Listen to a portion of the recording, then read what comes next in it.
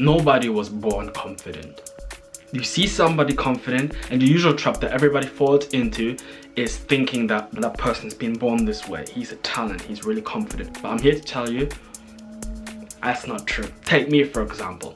You see me going out traveling, interviewing all these people, all these girls, and you know, having a good time and traveling alone. But trust me, I was not always like that. I'm looking to travel the world. I just recently graduated, or I'm about to graduate from Durham University, and I'm interested in looking, how many takes do I have to take? In that video you could see that I was the biggest wussy. I was really nervous in front of the camera. I was really scared, but I had to build my confidence.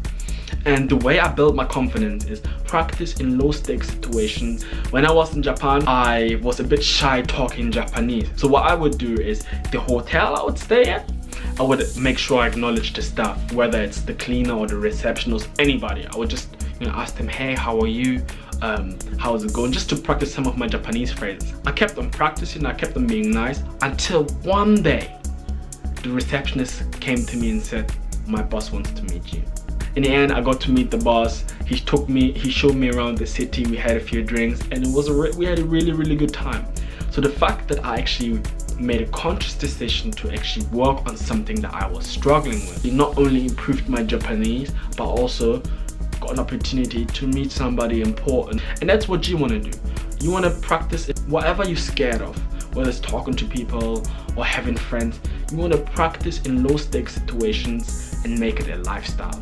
For example, the quarterback in college, the guy who gets all the girls, the really confident one, he's in a position as a leader of the team that keeps him confident. He continuously keeps on doing certain things that keep him confident. And I guarantee you, if he for some reason got kicked out of the football team, I guarantee you his confidence will also plummet. And this is what you want to do, is you want to make it a lifestyle. And here's some practical tips that you can do. You want to position yourself in a situation where you literally can't get rejected. When I started off, what I would do is I would hang out, go to the park and talk to the elderly. Make conversation, general conversation with the elderly. You're gonna understand that these people want to talk to you. These people, they are lonely. So when they get somebody to say hello, how are you? Then it's like an opportunity for them to actually talk, especially when they're retired. And if you have social anxiety, trust me, keep on practicing in low stakes situations. When you do your shopping, ask the cashier how she is, make small talk and then leave. There's no chance of rejection because they have to be polite. Also, what I always usually do is, like, when I call up for an appointment at a dentist or for any other way I actually encounter a receptionist, I always, before I actually start with my request, I always ask, how are you?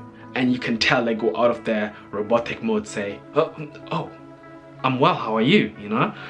And those little successes, it doesn't matter how big they are, I promise you, they will fuel your confidence like a motherfucker, And once you feel really confident in doing those little things, you want to up it just a little bit more, each time a little bit more, until you're confident and you can actually have a full-blown conversation with some stranger on the street like I did. And the way you can actually up it is by actually putting yourself in a situation where you are definitely going to get rejected. For example, you can pick up a sales job where the rejection is so high, but you just get used to it. Another thing you can do is also take comedy classes. You take comedy classes and you're in front of a stage and people have tomatoes in their hand and throwing them at you. It makes you think quick on your feet and actually handle pressure really well. And what I'm trying to tell you is, by putting yourself in those situations, when it comes to real life situation, it'll be a piece of cake. You will have no problems. And that's when you will realize that the anticipation of rejection is always worse. And you will think to yourself, what was I even worried about? But it starts with you doing the work. If you still need some guidance, don't worry. Keep watching those videos in full length. Keep hitting that like button. And I promise you'll be fine.